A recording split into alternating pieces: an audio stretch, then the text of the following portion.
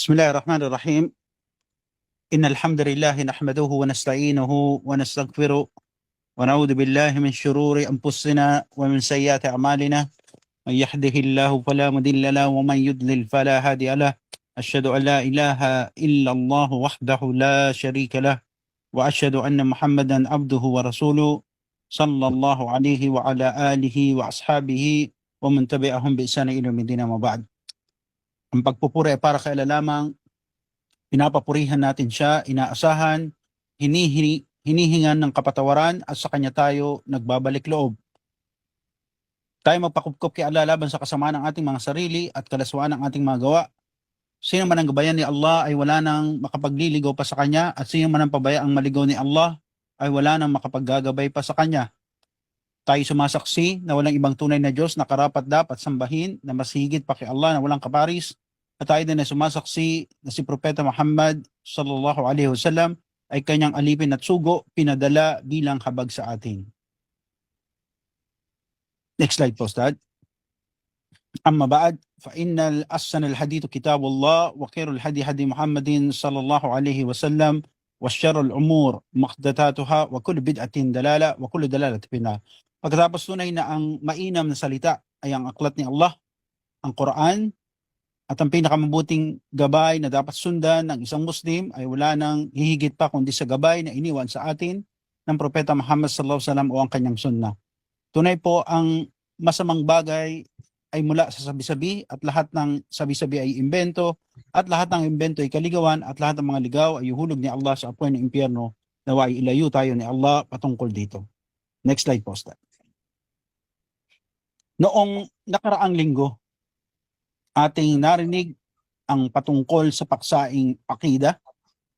Sinabi natin na maraming nag-aangking mga tao o grupo ng mga tao o mga mangangaral ng bagong relihiyon o bagong tayong simbahan o kapilya na umano ang kanilang pinaniniwalaan at mga dalang katuruan ang totoo at tangi lang daw makapagliligtas sa iyo sa araw ng paghukom.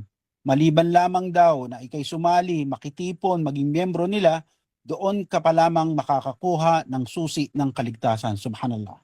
Ngunit sa katuruan ng Islam, ayon nga, next slide po, Ustad. Pakibasa po siya ka na.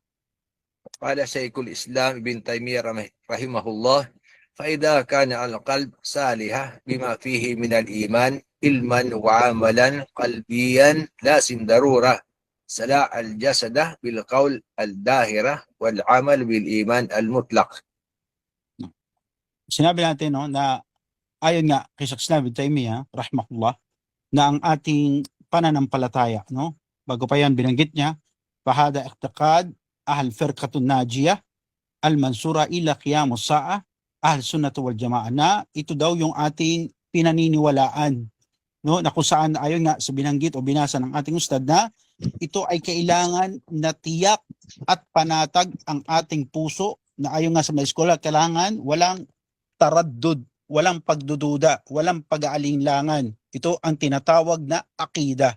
Ibig sabihin, tiyak ang pinaniniwalaan mo sa iyong puso. Hindi ka nagdududa patungkol dito. At kung mapayapa, sabi natin, at sahiha at tama ang pinapaniwalaan, ito ay magbubunga ng salita at gawa.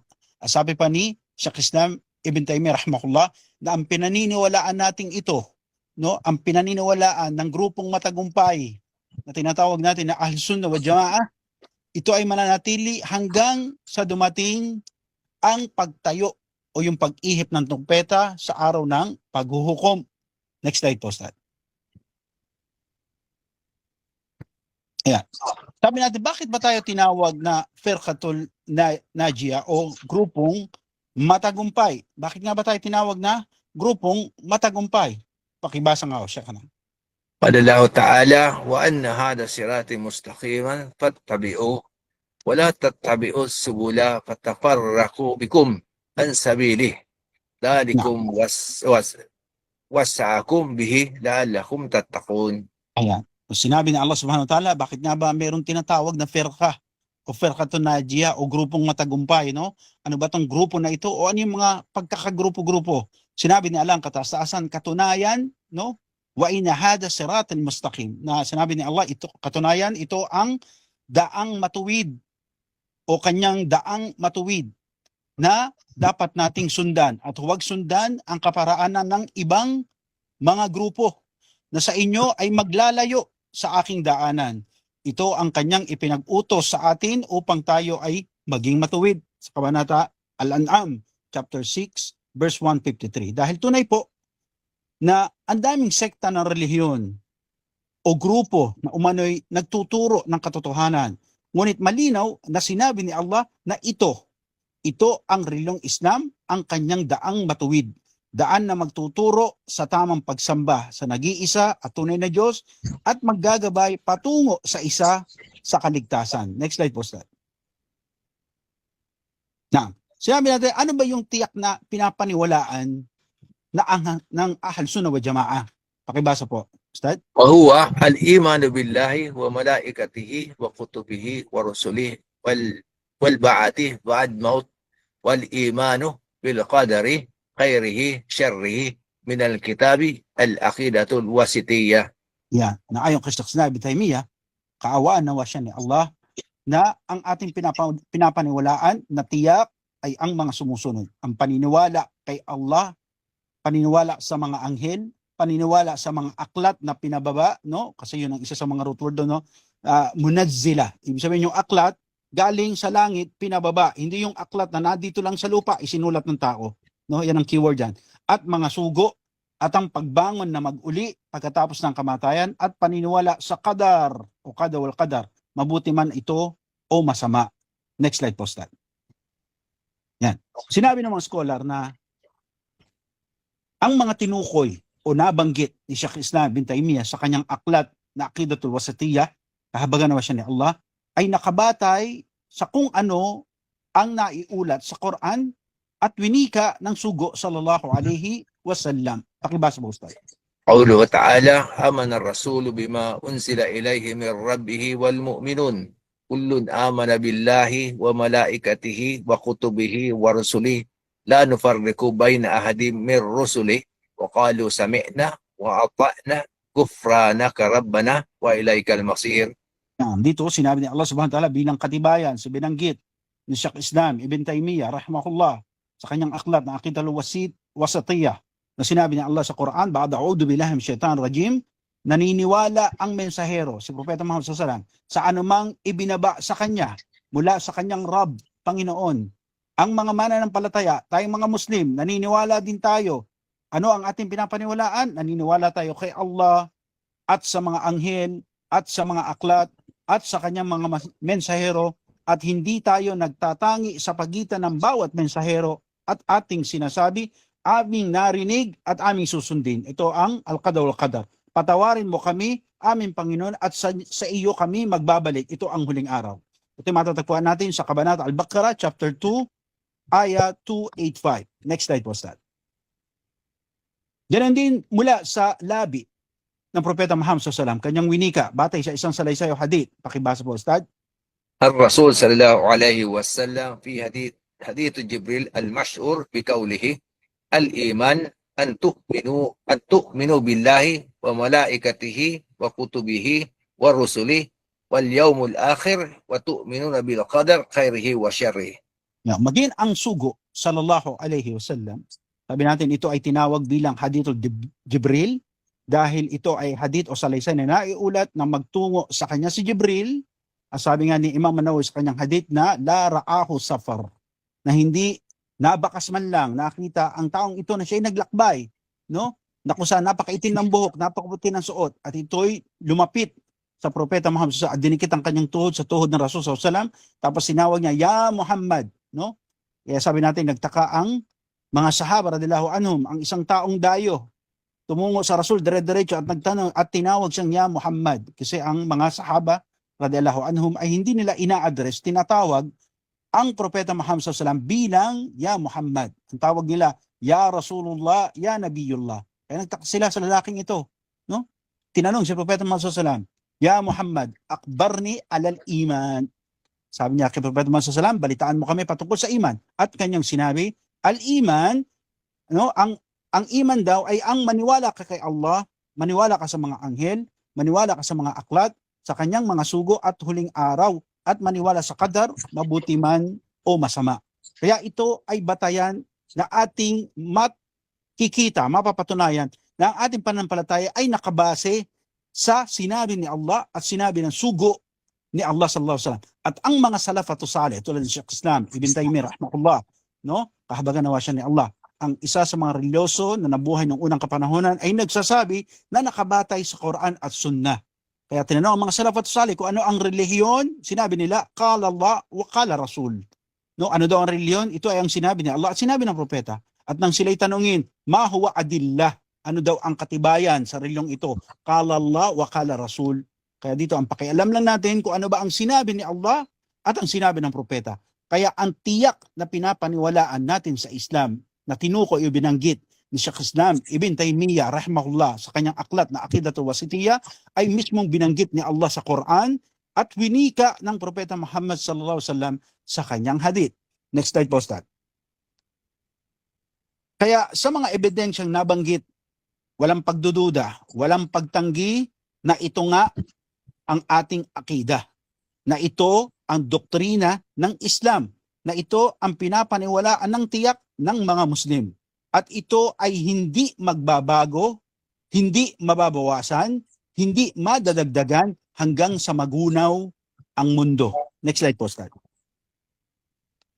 Kaya, insyaAllah, binillah, hilingin natin kay Allah na pahintulutan tayo na sa gabing ito, ang ating maririnig ay ang patungkol sa unang haligi ng paniniwala sa Islam. Ang paniniwala sa nag-iisa at tunay na Diyos na si Allah. At ang mga kapaliwanagan patungkol dito. At ano ang kahalagahan na matutunan mo bilang Muslim ang paniniwala kay Allah. Next slide po, Ustad. Kaya sabi natin bilang unang tanong sa gabing ito, ano nga ba ang kahalagahan na matutunan ang paniniwala kay Allah? Sabi natin napaka-trending sa kapanahonan lalo natin ngayon, no? Yung mga usapin, no? Patungkol sa duaya, patungkol sa seminar. Bakit ba natin tatalakayin itong paniniwala kay Allah? Ano bang kahalagahan nito? Bakit hindi lang tayo makisawsaw at makiuso sa kanilang paksain? Sabi ng mga scholar, kung tayo ay lilingon sa ating paligid, maraming mga bagay ang mag-iiwan ng katanungan sa ating kaisipan. Mga katanungan na kailangan ng kasagutan. Mga bagay na gumugulo sa isipan ng marami. Mga bagay na walang linaw, kaya ang iba naghahanap kung saan-saan ng kasagutan. Next slide po, Ustad. Halimbawa na lamang, yung tanong na, saan nga nagmula ang buhay at bakit ito nilikha ng Diyos? Tanong pa nila, bakit daw nagkakasakit ang mga tao at bakit tayo namamatay? Ganon din kanilang tinatanong na sino daw ang lumalang ng mundo? Bakit siya nakabitin? Walang tali, no? Lumulutang. Sabi pa nila, sino daw ang lumalang ng mga bituin na kumikinang sa kadiliman ng gabi? Wala naman siyang gasolina, wala namang gatong, walang baterya. Sabi pa nila, sino daw ang lumalang ng kalawakan na animoy walang dulo at walang hangganan? Next slide po, Ustad. Ganon din kanilang tinatanong kung sino daw ang lumalang ng dagat at mga ilog. Sino ang lumalang ng mga halaman at mga matatayog na puno? Sinong lumalang ng mga insekto at iba't ibang uri ng mga hayop? Next slide po, Ustad. Pakibasa siya ka na. قال الله تعالى أم كلكوا من غير شيء أم هم الخالقون. Yan. Kaya tanong sa atin ni Allah subhanahu wa ta'ala para sa mga taong nagsasabi na ang buhay daw ay nagmula sa evolusyon. Nagmula daw sa aksidente, no? Na tayo daw ay mistulang nagmula sa chimpanzee o unggoy, na dati daw tayong dekya na naging isda nagkapaa hanggang sa bumitin sa puno, naging unggoy at naging tao. Wa'yadabillah, no? Sabi ni Allah subhanahu wa ta'ala, sila ba ay nilalang na wala lamang dahilan o sila ang lumikha sa kanilang mga sarili? Ito matagpuan natin sa Kabanata At-Tur, chapter 52, verse 35. At ito ang isa sa mga simpleng dahilan bilang sagot natin kung bakit mahalaga at kailangang pag-aralan at tuklasin ang paniniwala sa nag-iisa at tunay na Diyos na si Allah. Next slide po, Ustad. At ganoon din sabi natin na karamihan ng tanong ay bakit daw kailangan pag-aralan itong paniniwala kay Allah. Bakit ba, no? Ano bang kaimportansya nito, no? Paniwalaan natin to, no? At pag-aralan ang mga bagay na patungkol dito, subhanallah. Dahil batid natin, sabi nga natin na maraming mga tao sa ating paligid, maaring ang karamihan sa kanila ay mga mahal pa natin sa buhay, no? Marami sa ating mga tao sa paligid na tumatanggi na may Diyos na ganap, na buhay, na nasa kaibabawan ng langit. Ang iba sa kanila ay nagbubulag-bulagan kahit lantad ang mga ebidensya sa kanilang kapaligiran at maging mismo sa kanilang mga sarili na mayroong dakilang lumikha na buhay na nasa kaibabawan ng langit. Next slide po, Ustad. Yan. Ang iba naman sa kanila ay mali ang kinikilalang Diyos o Panginoon. Ang iba sa kanila ay sumasamba sa rebulto. Ang iba ay sumasamba sa kahoy. Ang iba sa kanila ay sumasamba sa demonyo. At ito po ang dahilan kung bakit kailangan natin pag-aralan ang paniniwala kay Allah, ang paniniwala sa nag-iisa at tunay na Diyos na buhay. Next slide po, Ustad. Pakibasa, Sheikhana. Qala Allah Ta'ala, kayfa takfuruna billahi wa kuntum amwatan fa ahyakum thumma yumitukum thumma yuhyikum thumma ilayhi turja'un. Yan. Kaya sinabi ni Allah subhanahu wa ta'ala ang kataslasan para sa mga taong hambog, mga taong mayayabang na ang kanila daw buhay ay bunga ng kanilang pagsisikap. No? Sabi ni Allah subhanahu wa ta'ala, paano kayo nagsiwalang paniniwala na may Diyos? Paano kayo nagsiwalang paniniwala kay Allah? Samantalang noon, wala naman kayong buhay. Ano bang buhay nyo bago kayo itarak ng inyong ama o kanyang similya sa sinapupunan ng inyong ina? Sabi natin, pagtarak ng ating ama sa sinapupunan ng ating ina, ay binigyan tayo ng buhay ni Allah. At doon tayo inanyuan. Pagkatapos ay binuhay niya tayo. Pagkatapos ay muli tayong papapanawin at papatayin. Pagkatapos ay muli tayong bubuhayin na mag-uli sa araw ng paghuhukom para panagutin tayo sa ating mga ginawang kabalbalan at kalaswaan. Pagkatapos ay sa kanya tayo magbabalik. Ito ay nakatala sa Kabanata Al-Baqarah, chapter 2, verse 28. Tunay po na may dahilan kung bakit nilikha ni Allah ang buhay na ito at tayo ay bubuhayin na mag-uli ni Allah pagkatapos nating mamatay upang tayo tanungin patungkol sa kung ano-ano ang ating ginawa, kung saan tayo naglagi dito sa buhay natin sa mundo. Next slide po, sir. Ayon ba sa mga pantas ng Islam? Pakibasa po, Ustad. Al-iman billahi yatadaman arba'a umur. Faman aman biha fahuwa al-mu'min haqqan. Naam. Sinabi ng butihing Sheikh al-Islam, Ibn Taymiyyah rahimahullah, na ang paniniwalaan niya kay Allah. Sino man sa atin ang mag-angkin na tayo naniniwala sa Diyos, na tayo naniniwala kay Allah, no? Ang paniniwala daw na tunay kay Allah, kaya nga tinatawag natin aqida, kailangan tiyak, walang pagdududa, no?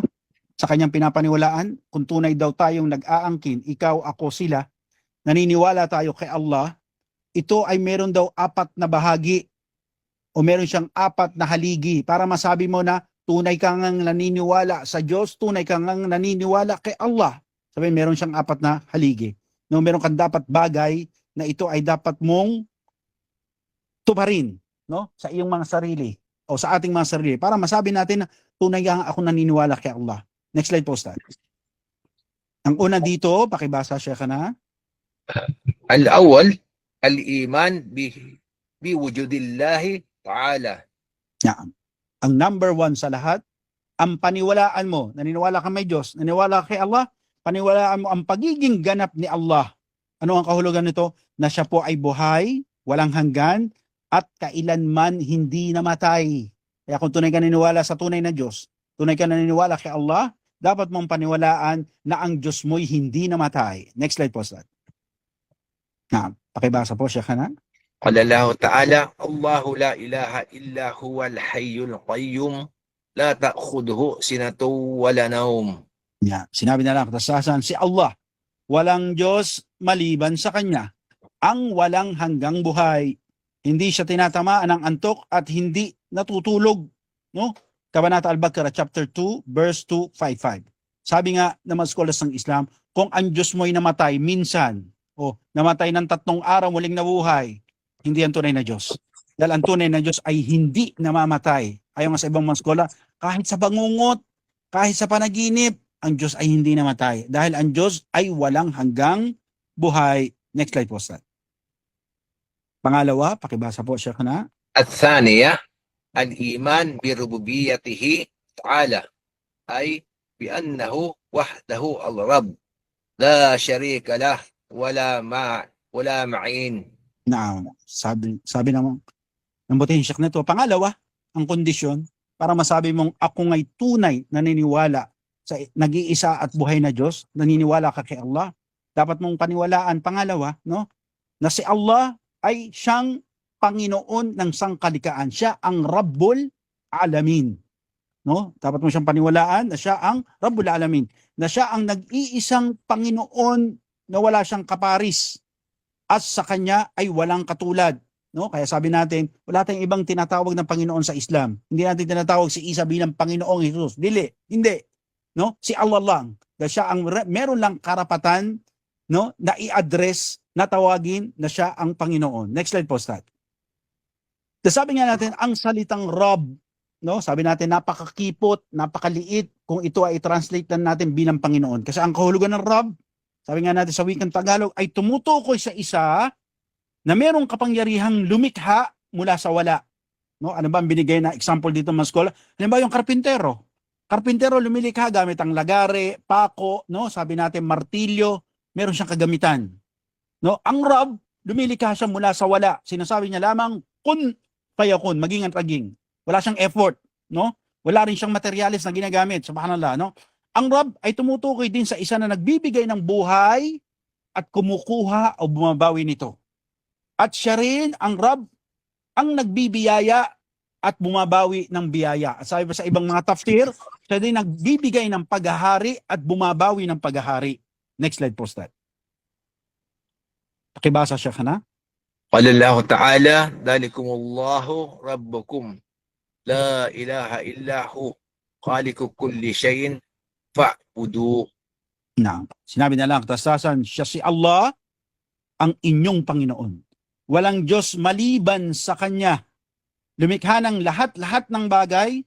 Ano ang utos niya? Kaya sambahin ninyo siya. Kasi ito naman ang karapatan ng isang manlilikha na siya'y sambahin. No? Next slide po, Ustad. Pakibasa siya ka na. الثالثة الإيمان بألوهيته أي بأنه الإله الحق لا شريك له. Na, pangatlong, dapat nating paniwalaan, no? Kung tayo tunay nga naniniwala ng tiyak, no, kay Allah subhanahu wa ta'ala, no, paniwalaan natin yung kanyang divinidad, no, na siya lamang ang nag-iisa at tunay na Diyos na walang kaparis, kahati, kahalili, kahulugan, na siya lamang ang dapat sambahin. No? Subhanallah. Dahil ang mga tao ngayon, naniniwala sila na merong Diyos na tagapagbiyaya, kaya pupunta ng Quiapo, no? Papahid doon sa santo na itim, no? Nagpapagaling ng may sakit, no? Subhanallah. Nagdadala ng araw tulad ng mga Arabo bago dumating ang propeta Muhammad sallallahu alaihi wasallam, meron silang Diyos dinadalanginan para datnan sila ng init ng araw. May mga Diyos at anito silang dinadasalan para dumating ang ulan. No, walang pinagkaiba sa mga sangkatauhan sa atin ngayon na mas malala ang kufur at shirk na kanilang ginagawa. Sumasampalataya sila sa kung saan saang agimat at palawit na umano'y magdadala sa kanilang swerte at mangangalaga sa kanilang kapahamakan. Wa'yadu billah, ito ay bagay na walang puwan sa Islam. Dahil isa sa pinapaniwalaan sa Islam, kung tunay ka nga naniniwala sa nag-iisa at tunay na Diyos, na paniwalaan mo na si Allah lamang ang dapat sambahin. No? Wala sa paniniwalang Islam ang Diyos Ama, Diyos Anak, Diyos Espiritu Santo. Kasi ang Diyos natin, iisa. No? Subhanallah. At tinatawag din itong La ilaha illa Allah o La ilaha illallah. No? Ito din ang tinaguraan na katawagan sa wikang Arabi bilang Tauhid al-Uluhiyya. Next slide po, Ustad. Na, pakibasa po siya ka na. قال الله تعالى وإلهكم إله واحد لا إله إلا هو الرحمن الرحيم. Yan, sinabi niya lang katastasan, ang inyong Diyos ay iisang Diyos. Walang Diyos o walang ibang Diyos maliban sa Kanya, maliban kay Allah. ang maawain, ang mahabagin. Kabanata Al-Baqarah, chapter 2, 163. Kaya ito yung mga katibayan, no? Wala tayong ibang Diyos maliban kay Allah. No? Wala tayong ibang dinadalanginan maliban kay Allah. Kasama po rito, no? Wala tayong mas higit na kinakatakutan maliban kay Allah. Wala tayong ibang minamahal na mas higit pa kay Allah. Na wala tayong ibang binabalik-balikan sa panahon na tayo'y nabigo, na tayo'y sabihin natin nalugi sa ating negosyo, ang ating binabalik-balikan ang ating ruju kay Allah. Kaya sabi nga natin bilang Muslim, sinasabi natin, inna lillah wa inna ilaihi raji'un. Nagmula tayo kay Allah, no? At kay Allah din tayo magbabalik. Dahil ito ay pagpapakita ng tauhid. Ganun din ang mga bagay na ating ginagawa. Bago tayo magsimula, bago tayo kumain, bismillah. Bago tayo uminom, bismillah. Bago tayo magkatay, bismillah. Kahit bago tayo sumiping sa ating mga may bahay, bismillah. Kasi ito ay bagay na pagpapakita ng tauhid, kaisahan sa pagsamba kay Allah. Na lahat ng ating bagay, inaalay natin para kay Allah at humihingi tayo o umasa tayo ng biyaya lamang kay Allah. Next slide po, Ustad. Na, kaya sabi natin, anumang bagay, no? Anumang bagay, shay, no? Sinabi doon sa wikang Arabic sa Kitab al-Tauhid, no? Anumang bagay ang itambal natin sa pagsamba kay Allah. Dalanginan natin maliban kay Allah. Sampalatayaan natin maliban kay Allah. Maging ito man ay tao o ito man ay maging engkanto, hayop, sabi natin kahoy, bakal, bato, no? Ang divinidad nito, ang pagsambang inaalay mo, ang debosyon na inaalay mo sa bato, kahoy o hayop o engkanto mang ito ay huwad. Isabihin walang saysay. Next slide po, Ustad. Pakibasa, Sheikhana. قال الله تعالى ذلك بأن الله هو الحق وأن ما يدعون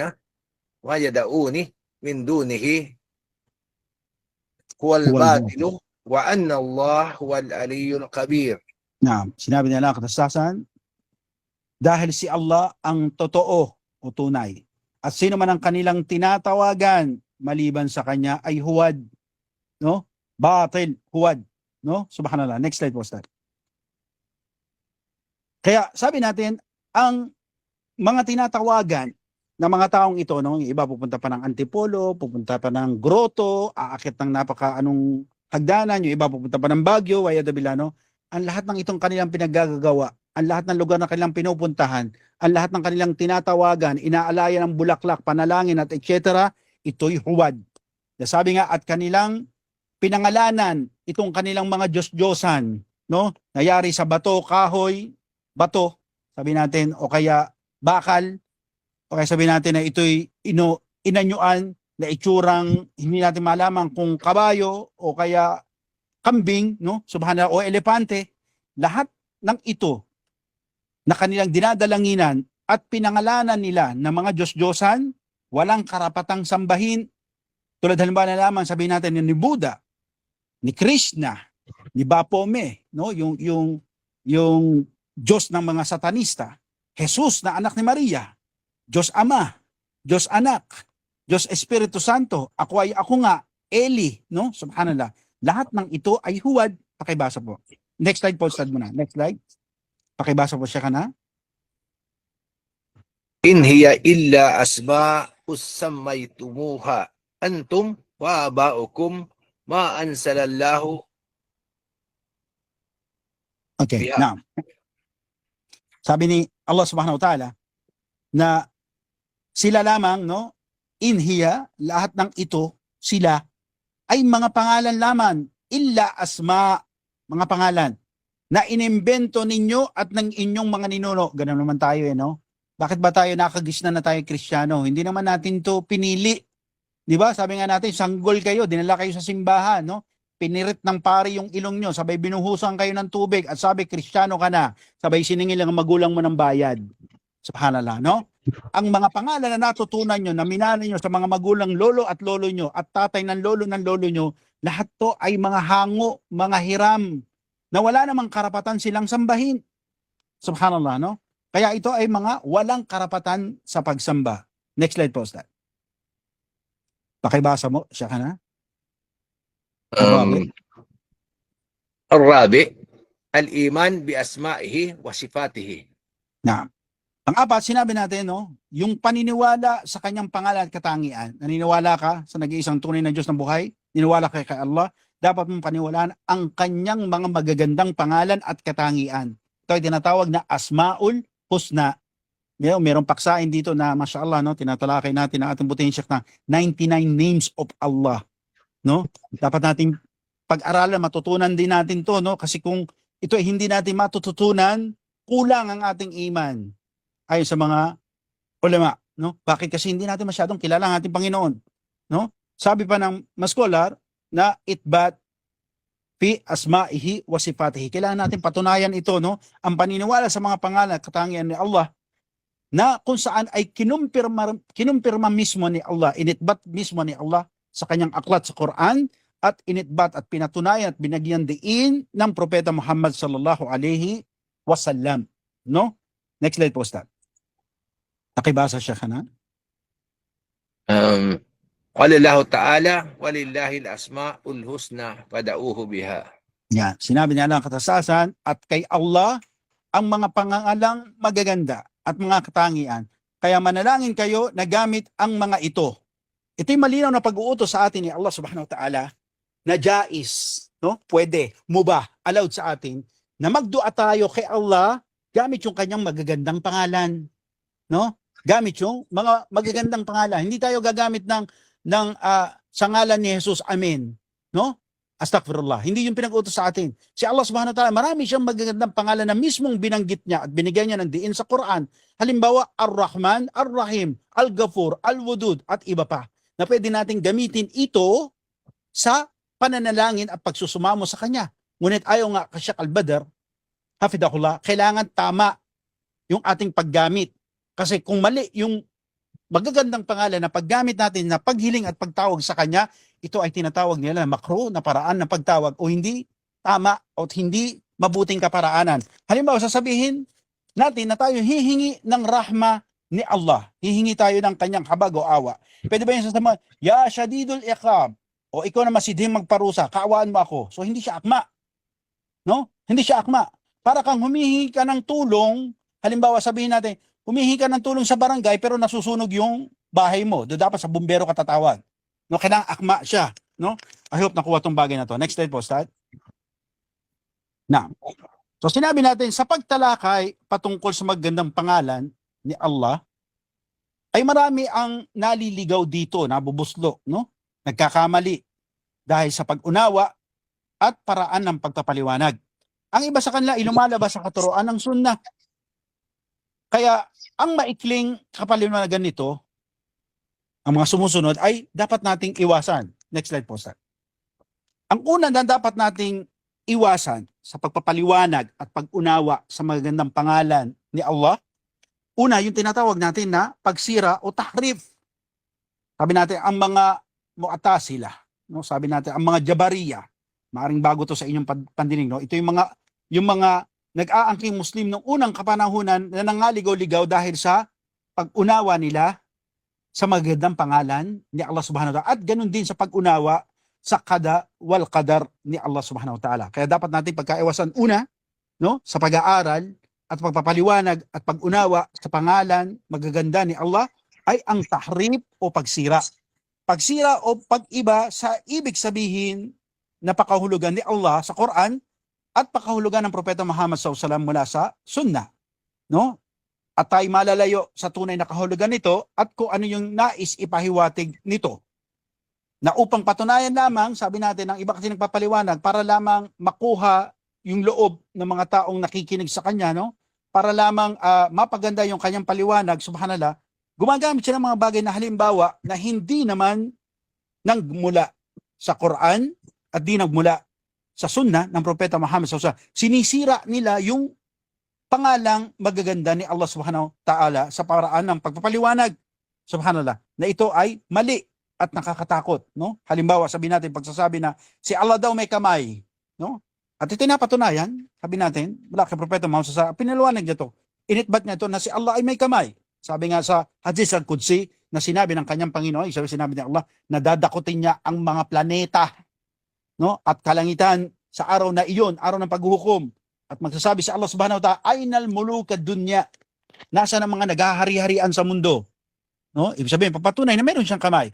Ngunit ang ibang mga ligaw, tulad ng halimbawa sabi natin, ang mga Mu'tazila, no? Ang mga Qadariya, ang mga Jabariya, sinasabi nila, no, na ito daw ay sumisimbolo sa lakas ni Allah.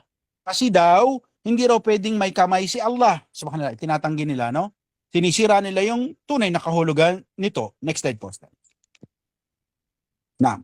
Pangalawa na dapat nating iwasan, yung tinatawag natin na ta'til o pagtanggi. Kahit sinabi na nga ni Allah sa Quran, no? Sinabi rin ng Propeta Muhammad SAW sa kanyang hadith, ay sige ka patanggi, no? Ang pagtanggi at hindi paniniwala sa mga katangian ni Allah na kanyang sinabi sa Quran at pinahayag ng kanyang huling sugo sallallahu alaihi wasallam. Kaya sino man ang magtanggi, no, sa mga katangian ito ay katunayan na hindi naniniwala sa mga pangalan at katangian ni Allah subhanahu wa ta'ala. No, sabi natin halimbawa tulad ng sa Suratul Rahman, no, sinabi na si Allah ay merong muka, no, itinatanggi ito ng ibang mga Qadariya, no, ng mga Jabariya, sabi niya, hindi pwedeng may muka si Allah, no, subhanallah, no, tinatanggi nila ang bagay na ito. Kahit ito yung sinabi ni Allah sa Quran, sa Suratul Rahman, at sinabi ng Propeta Muhammad sallallahu alaihi wasallam. Next slide po, Ustaz. Pangatlo, yung tinatawag natin na paghahambing. No, magandang pangalan, katangian ni Allah, dapat to hindi natin ihambing, no? Bakit? Paano ba to unawain? Yung paghahalin tulad natin sa mga natatanging katangian at magandang pangalan ni Allah subhanahu wa ta'ala sa kanyang nilalang. Halimbawa, nang sabihin ni Allah na siya may kamay, at pinaliwanag ng Propeta Muhammad SAW na siya may kamay, sasabihin ng mga tao, o kaya isipin ng mga tao, ano ba yung kamay ni Allah? Tulad ba ng kamay ng tao? O tulad ba ng kamay ng kung ano man, no? Hindi. Kasi si Allah subhanahu wa ta'ala, sabi natin, ay wala siyang katulad. Hindi natin pwedeng ihambing ito. Tulad halimbawa na lang yung tanyag sa panahonan o kapanahonan ni Shaykh Islam bin Taymiyyah na ang mga tao ay hinahambing si Allah tulad ng pagsabi sa aya na khalaqa samawati wal ard fi sittati ayyam thumma istawa 'alal arsh, na nilalang daw ni Allah subhanahu wa ta'ala ang kalangitan at kalupaan sa 7 araw. At pagkatapos ay lumuklok siya sa kanyang trono. Iniisip ng mga tao, paano ba lumuklok si Allah? Tulad ba ng hari o ng reyna na siya lumuklok, umupo sa kanyang trono? Hindi to nararapat sa atin. Next slide po, Ustad. Pakibasa siya ka na. Allah Ta'ala, laysa kamithlihi shay'un. Na. Sabi ni Allah subhanahu wa ta'ala, sa kanya ay walang katulad. No? Sa kanya ay walang katulad. Sabi nga natin sa Surah Al-Ikhlas, lam yalid walam yulad walam yakul lahu kufuwan ahad. Walam yakul lahu kufuwan ahad. Sa kanya ay walang katulad. Kaya kung meron mang kamay si Allah, may mukha man si Allah, may binti man si Allah, hindi ito tulad ng kanyang nilikha. Kasi bakit? Dapat ang itatanim natin sa ating isipan, walam yakul lahu kufuwan ahad. No? Kung ano man yung kamay niya, ano man yung kanyang dakilang mukha, ito ay naayon sa kanyang kadakilaan na hindi natin pwedeng ihambing, na hindi kakayanin ng ating isip. No? Next slide po, sir. Now, sabi natin, pang-apat na dapat natin pagkaingatan dito ay ang tinatawag natin na takyif, pagpapaliwanag kung paano, no? Sabi natin, pagpapaliwanag kung paano ang katangian ni Allah at mahigit ding ipinagbabawal ang pagpasok sa isip ng isa ang imahinasyon kung paano bigyan ng kahulugan ang katangian ni Allah dahil kailanman ito ay hindi kayang abutin at marating ng mga tao. Tulad halimbawa, no, sabihin natin, no, wayad billah, si Bro Eli Soriano, di ba? Pinapaliwanag niya na ang Diyos daw may puwit kasi paano daw siya uupo sa trono kung walang puwit? Wa iyadu billah. Ito ay bagay na hindi natin dapat gayahin. Hindi natin dapat ipaliwanag kung paano at ano dahil ito ay lingid. Sabi nga natin, laysa kamithlihi shay'un. Na si Allah ay walang katulad, walang kapareho, no? Kaya bawal siyang ihambing. Next slide po, Ustad. Naam, pakibasa siya kana. Qala Allah Ta'ala, ya'lamu ma bayna aydihim wa ma khalfahum wa la yuhituna bihi ilman. Naam.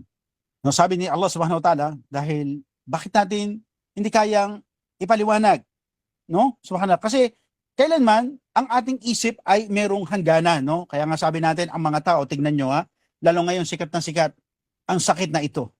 No, noon pa man to, kaso lang ngayon lang nabigyan ng pangalan, no? Sabi natin to dahil halimbawa ng dementia, no? Alzheimer's, no? Subhanallah, no? Nakakalimot na yung tao, hindi na maalala kung sino yung dati niyang kasama, napuntahan na lugar, no? Kahit yung kanyang kabataan nalilimutan dahil ito'y pagpapatunay na ang inyong utak ay may hangganan, may limitasyon, no? Sumasagad na dun sa pinaka-ending point niya. No? Kaya sabi ni Allah Subhanahu, ya'lamu ma bayna aydihim wa ma khalfahum wa la yuhittuna bihi min shay'in illa bima sya', no? Hindi natin pwedeng arukin yung kaalaman ni Allah maliban ng kanyang naisin. At ang pagpapatunay dito ng ating utak ay may limitasyon, ito na nga, lumalabas na, no, yung pagkakaroon ng sakit ng tao na Alzheimer's at dementia. Dahil ang utak natin may hangganan, no? Subhanallah. Kaya sabihin natin malaki ang memorya o capacity ng pag-alala nito, dumarating ang panahon, no? Sabi natin na e-expired ang kanyang brain cell, no? Inshallah hanggang dito na lamang muna ay natin pagkahabain dahil hindi kakayanin ng sobrang haba ng pakikinig at sobrang haba ng panonood sa ating paksain, no? Minabuti natin na ito ay putulin natin dito. Magbigay tayo ng panahon sa pagtatanong kung kayo man ay merong katanungan, kung hindi naman ay ibalik natin ang mikropono sa ating butihing ustad, Syakadan, yakumallah.